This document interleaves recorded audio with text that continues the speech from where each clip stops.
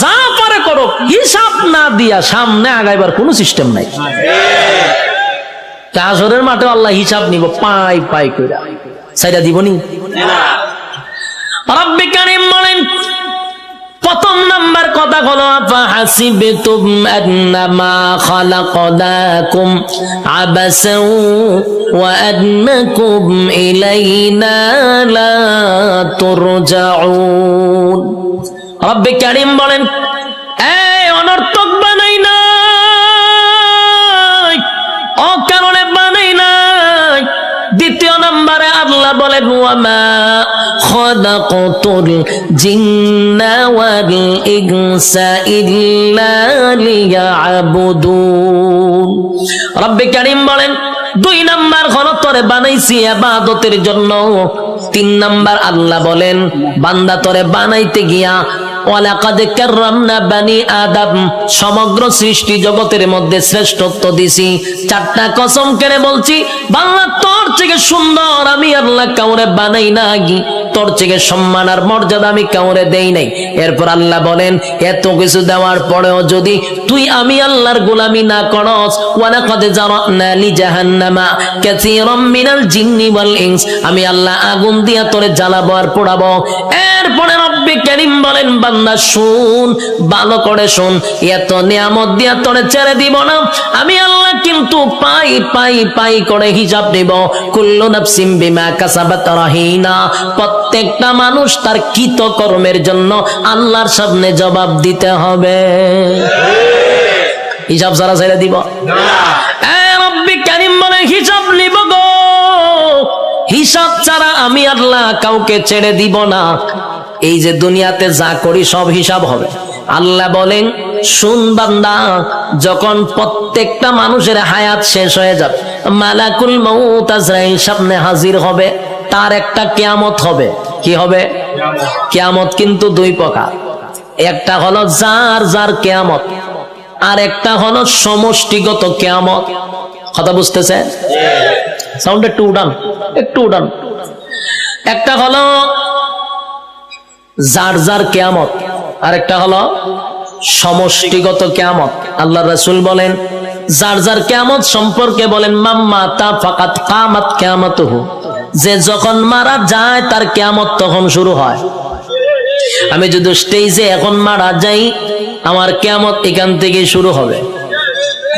আরেকটা হলো সমষ্টিগত কিয়ামত, সেই কিয়ামতটা হলো কিয়ামতে কুবরা, এটা বড় কিয়ামত। সেটা বাঁশির মাধ্যমে হয়। ইসরাফিল আলাইহিস সালাতু ওয়াস সালাম যখন বাঁশি ফু দিবে, আল্লাহ বলেন এই গোটা পৃথিবীর যা কিছু তোমরা দেখো, বিশ্ব পরিস্থিতির পরিসমাপ্তি আমি ঘটায়া দিব। এটা হইল সমষ্টিগত কিয়ামত।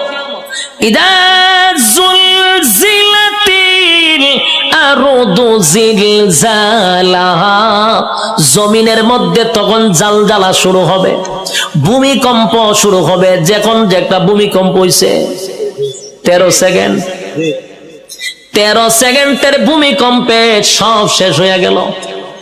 আর ওইটা যে শুরু হইব, ওইটা 13 সেকেন্ড না, 13 ঘন্টা না, এটা চলতেই থাকবে। পাহাড় গুলি তুলার মতো উঠতে থাকবে। বিল্ডিং তো দূরের কথা, পাহাড় উইরে উইরে চলবো। এই ভূমিকম্প থামবে না। কুল্লু মান আলাইহা ফান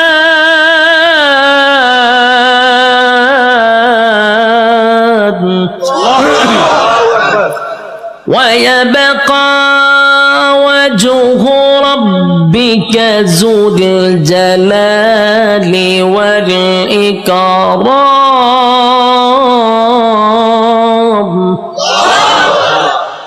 সব শেষ করবো।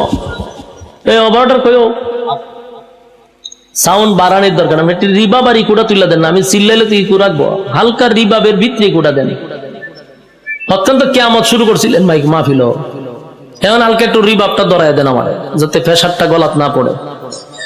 আল্লাহ বলেন কুল্লু মান আলাইহা ফান ওয়া ইয়াবকা ওয়াজহু রাব্বিকা যুল জালালি ওয়াল ইকরাম। চলবো কুল্লু মান আলাইহা ফান, সব ধ্বংস হবে। ওয়ায়াবকা ওয়াজহু রাব্বিকা যুল জালালি ওয়াল ইকরাম, শুধু আল্লাহ ছাড়া সব ধ্বংস।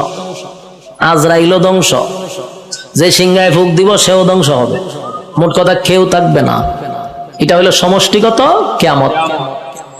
আর প্রথম হলো যে যখন মারা যাবে তার কিয়ামত তখন থেকেই শুরু হবে। যুবক ভাইরা আমার, আল্লাহ বলেন প্রত্যেকটা মানুষের কিয়ামত আছে রে। যে যখন মারা যায় তার কিয়ামত শুরু হয়ে যায়। যেদিন মারা যাবেন আল্লাহ বলেন হিসাব নেওয়ার জন্য আল্লাহ পুনরায় আবার আমাদেরকে দাঁড় করাবে।